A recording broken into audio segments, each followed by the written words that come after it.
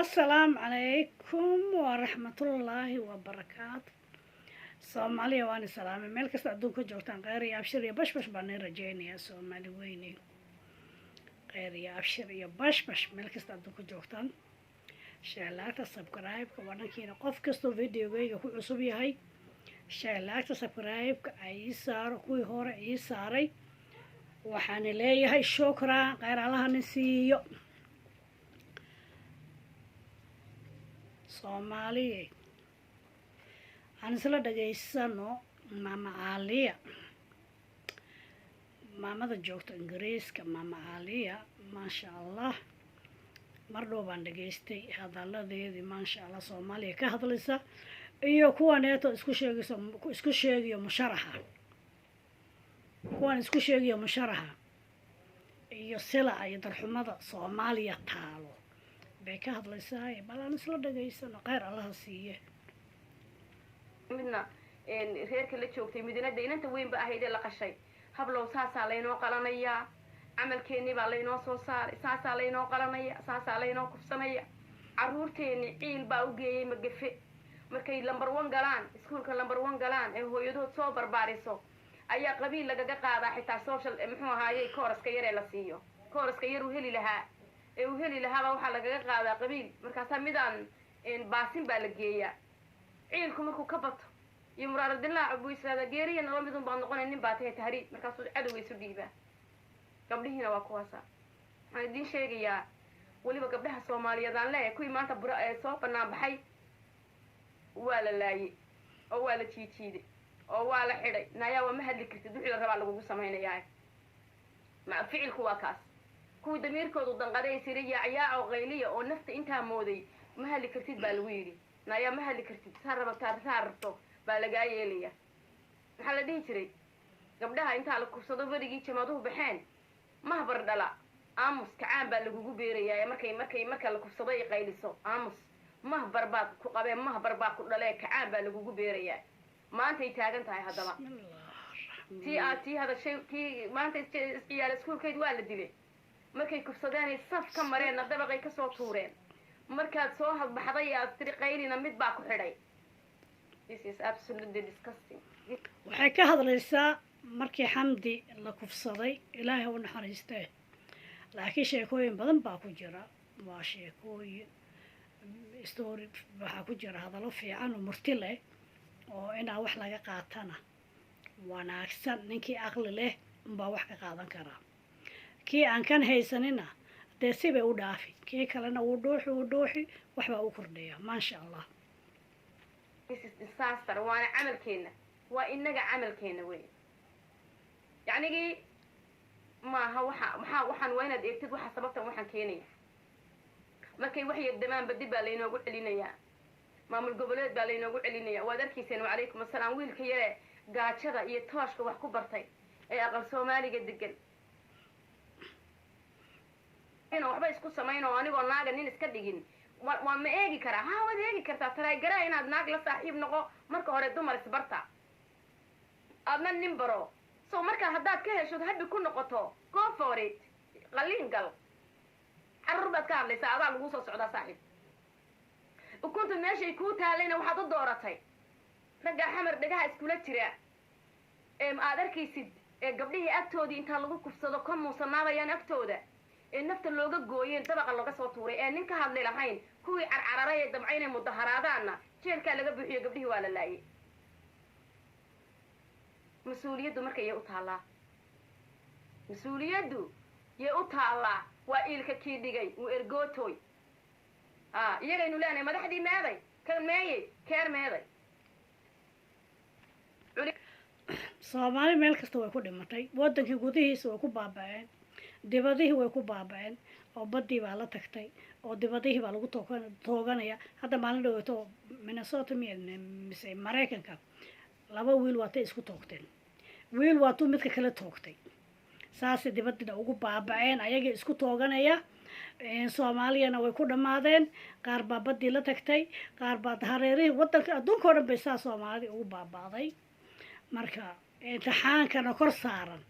imtixaan baa Soomaalida kor saaran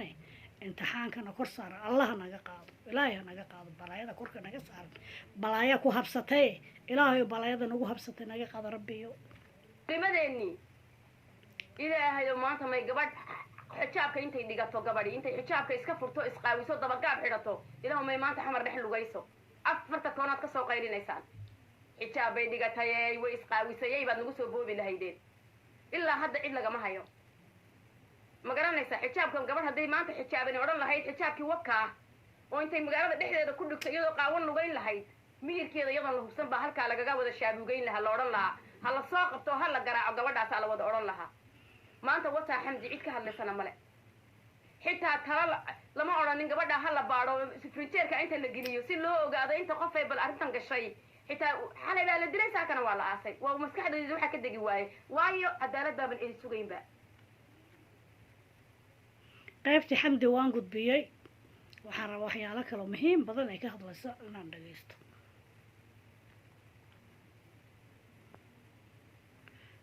xamdina waa muhiim laakiin mar hore ahayd xamdi allah u naxariisto meeqa ka dambaysay meeqa xamdi ka dambaysay meeqa ka dambaysay ilaahi ha u naxariiste inagu waynu ku alxamdulilaysanaynaa oo waxyaalaha dee markaynu fiican isgaadhsiinayno way fiican tahay oo intaynan iminka oo intaasuu dal kala joogto adduunka isdaawanaysa oo fikrad wadaagaysa oo muxuu haayay wada hadlaya laakiin dhinacii xumaabaa laynoogu isticmaalaya ilaahayna aakhira waa ina weydiinaya ilaahayna aakhira wayna weydiinaya haddaynaan ka hadlin waxan oo aynaan wax ka qabanin waxan gabadhaa yar ee saa loo galay iyo kuwo badanba waa loo geli doonaa iyo kuwo badanba waa loo geli doonaa marka ma qof waliba ha aamusnaadaa bilaayada intaysan isagu ku dhicin intaanay hooyadaa ku dhicin ama muxuu ahaayey ku dhic saa gabadhii markii loo kufsado maxaa la leeyahay ha la aaso waktigeediiba dhammaaday ilaahay baa u qadaray ha la aaso berina mid kalea ku dhacaysa sidii unba lale ha la aaso ilaahay baa u qadaray ha la aaso berina mid kale marka balaayada haddii lagu hortegin saasun bay u taxanaysaa ha la aaso iyo hadalkii midkii unbuu noqon kii hore haddaa u aamustid de kii dambe yaa ka hadlay tii hore jidkay marteen bay kuwa dambena marayaane muxuu ahaayey walaashaa ku dhicin ama ayna ku dhicin adeerka miyaad isu qabtaa inaad nabad qabto ha isu qabin marka aniga laysoo cuno ee kakale igu xiga lasoo cuno ee meel walba lasoo cuno derbiba soomaalin usoo dhacayo waa adiga waxa lagu soo gaadhaya ma garanaysaa waa adiga waxa lagu soo gaadhaya anigu hebel iyo hebel iyo hebel too lama kala jeclin nin kasta oo maanta madaxweyne soomaali meel ka ah ka soo bilow jabuuti isku soo wada dar meel ay joogaanba wax allaale waxay ummadda soomaaliyeed u hayaan ma jirto farmaajaynu u oynay u qaylinaynaaynu lahayn cid waliba jeclayd inaynu calimada u tuuraynin simbali waxaaba laleeyahayba meeshii laynagu qalanayay baa xamar ka furan isaga laftiisa lama geli karo ciidamadan gaardinaya iyo waxaan la soo daadinayo iyo waxaan layna leeyahay ciidamaha halkan kasoo dilaacay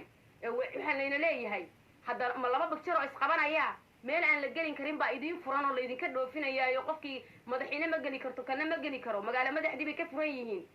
dawladna waad leedihiin oo ciidamadiinni baa soo noolaado lion of africa halkan fardaynayo yaacaya miya daa kolley aniga labadaa bagshir way isukay qaban waayeen I don't know way isukay qaban waayeen aniga labadaa bagshir way isukay qaban waayeen xalane iyo ciidamadan commandowsta ah way isukay qaban waayeen ila waxa ku jira uu haystaa loo geli kari waayo waa xabad askarigana wuxuu haystaa waa xabad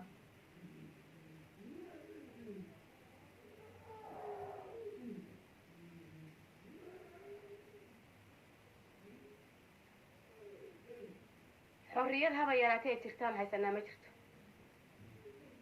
cid maanta wax qaban kartaana ma jirto shicib baa adduunyada wax qabsaday shicib ayaa wax qabtaa innagaa shiciba hal nin waxa ma qaban karo hadduu madaxweyne fiican yahay iyo hadduu madaxweyne wanaagsan yahay midna waxba ma qaban karo hadduu iminka dad ugu wanaagsan yahay waxba ma qaban karo laakiin waxa weeyaan shicib baa wax qabta shicib baa dawlad taageera shicib bay dawladdu ku shaqaysaa shicib baa amarka qaata shicib baa loo shaqeeyaa laakiin shicibkii marka cadowgii iyaga soo dhex mara ee iyagii kii xumaa ee dawladda ridayay iyagii ku shaqaysto ee simbali-nimaad maanta soo dhadhamisay madaxtinimadiisa oo wuxuu yahayba aad soo aragtay bal nin baad soo aragtay madax buu ahaa dhiigyacab buu ahaa intaasoo wiil buu soo dilay shalay buu ahaa kookabiyo kooxeed dagaal ooguu ahaa muxuu ahaayey qof ilaahay ku xidhan ma aha ummadii buu dhacay maantana wuu ku hor sharaxan yahayoo qabiil baan ahay buu ku leeyahay mid baad wasiir ka dhigatay badii buu gaday gabdhihii baa la dhoofiyey wax kastaa la geeyey wax kastaa la sameeyey wuxuu ku leeyahay maantana waa ikanoo waan soo taaganahay qofka laga dhaadhicinaya waayo it's you and me simple intaa qofaan ilaahay noo gargaaro madax fiican oo daacada kuwii hore horta mid hore soo maray oo badda gatay oo wax gaday ina mar labaad lagu celiyo de waaba gardaro iyo wasiir